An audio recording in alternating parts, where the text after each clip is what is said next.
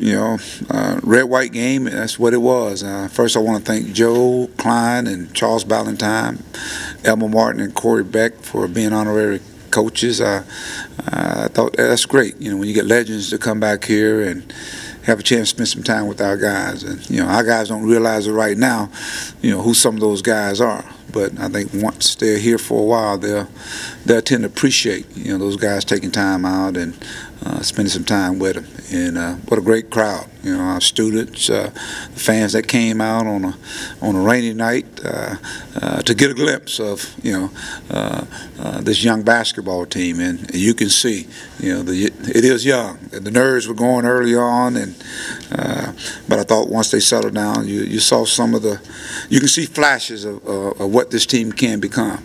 But there's a lot of work ahead of us, but I think there's potential.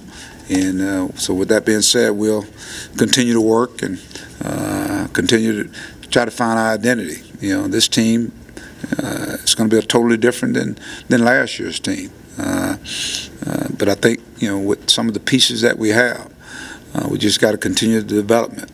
And you see some guys probably a little ahead of some of the other guys at this stage. But next week we put it all together and we become one.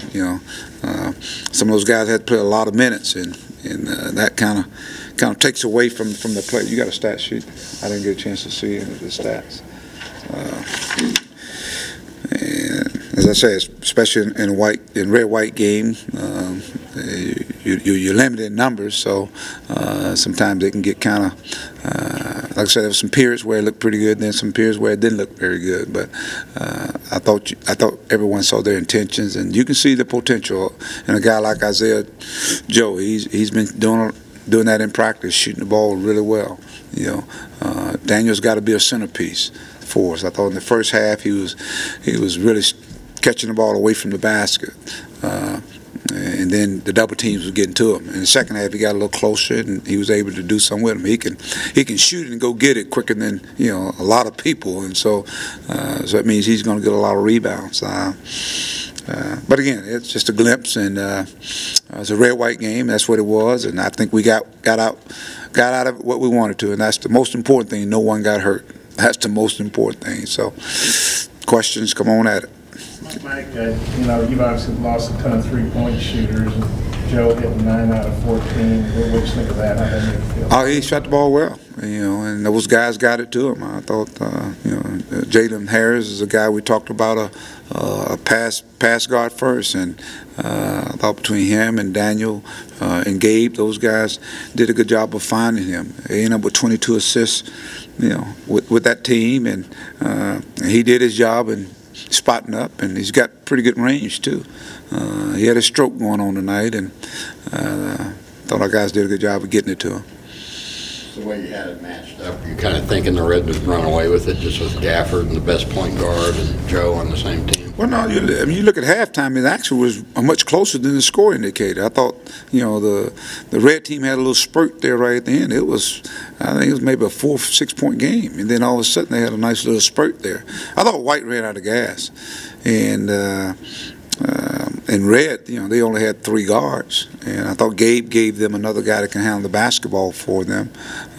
But you expect with Daniel and Jalen and a guy like Gabe, some of your more seasoned guys, and then of course with Isaiah with the way he's playing.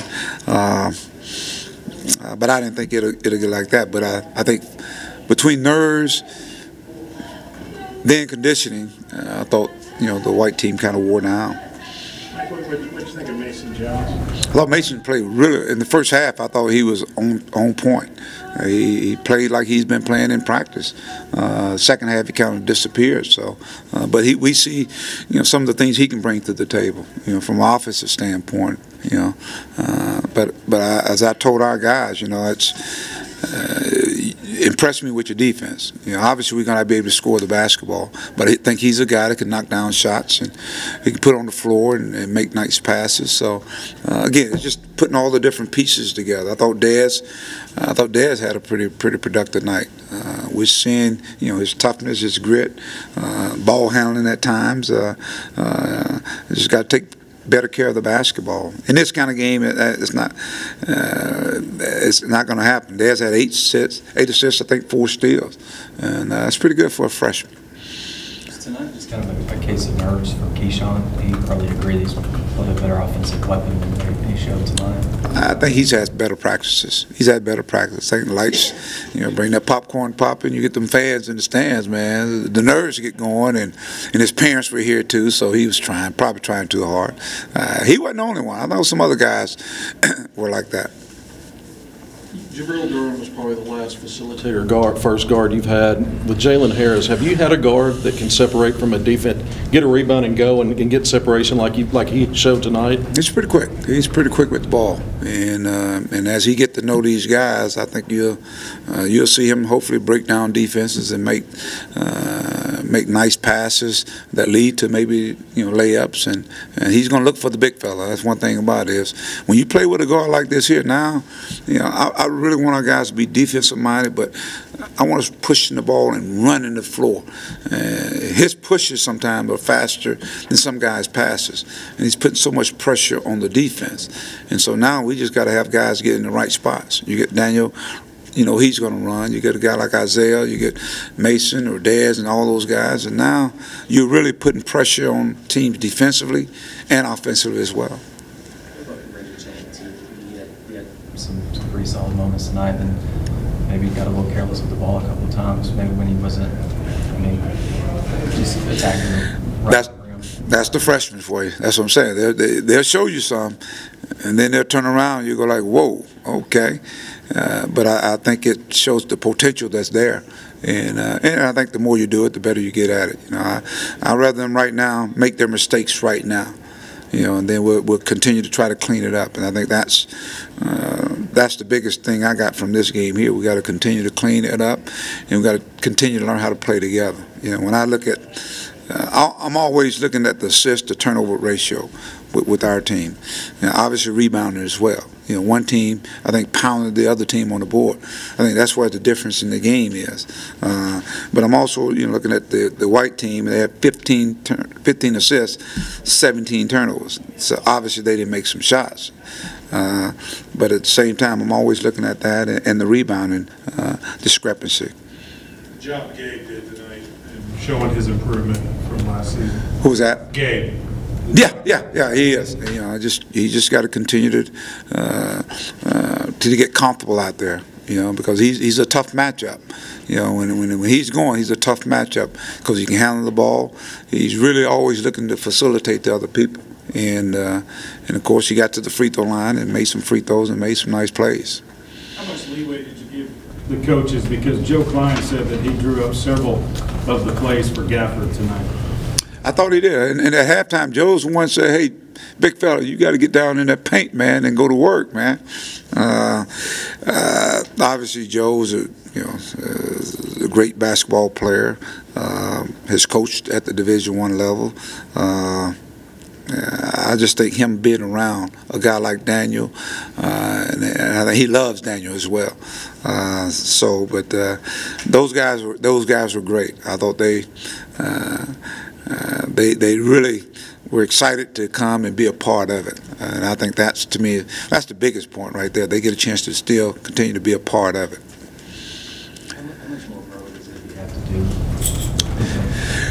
Eby, I thought in the first half he had some nerves going too. He was much better in the second half, getting offensive rebounds and tipping the ball in. He got size, and with a big guy, the one thing you want them to have is not only size, they got to have good hands. And I think it's just a matter of him, guys giving him great passes. He got to be able to catch it and finish it, or make a outlet pass to somebody. So he still got work. There's a lot of work to be done with him.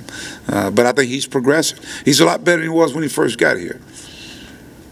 Coach, how much do you read into defense in a high-scoring exhibition game like this? I don't read much. I don't. I mean, that's the stats are for you guys for the most part. I'm just looking at the energy. We're going to be a team. You'll hear me say this word. I want to be an energy team. You know, with the type of players we have, the long, the athletic guys, the versatile parts.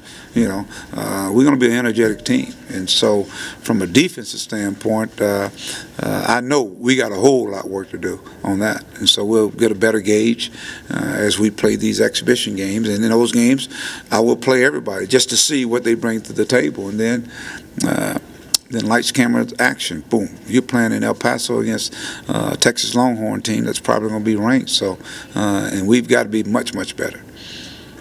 Harris obviously filled up the box score, but he had six turnovers too.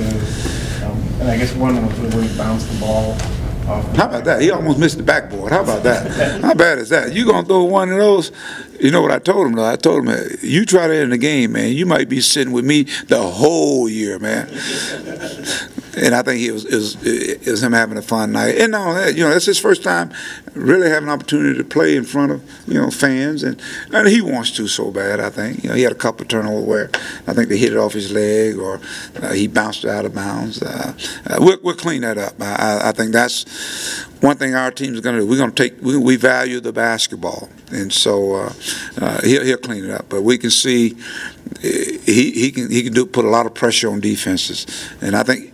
As much as he is offensively, I think even with his quickness on defense, I think he can cause havoc because he can get places and make plays. With Jordan Phillips still injured and, of course, Khalil not being cleared to this point, are you comfortable using Gabe at the 3 for defensive perimeter defensive matchups, or Mason Jones and Isaiah good enough to have a 3-guard lineup, keep him at 3, or maybe mix it up?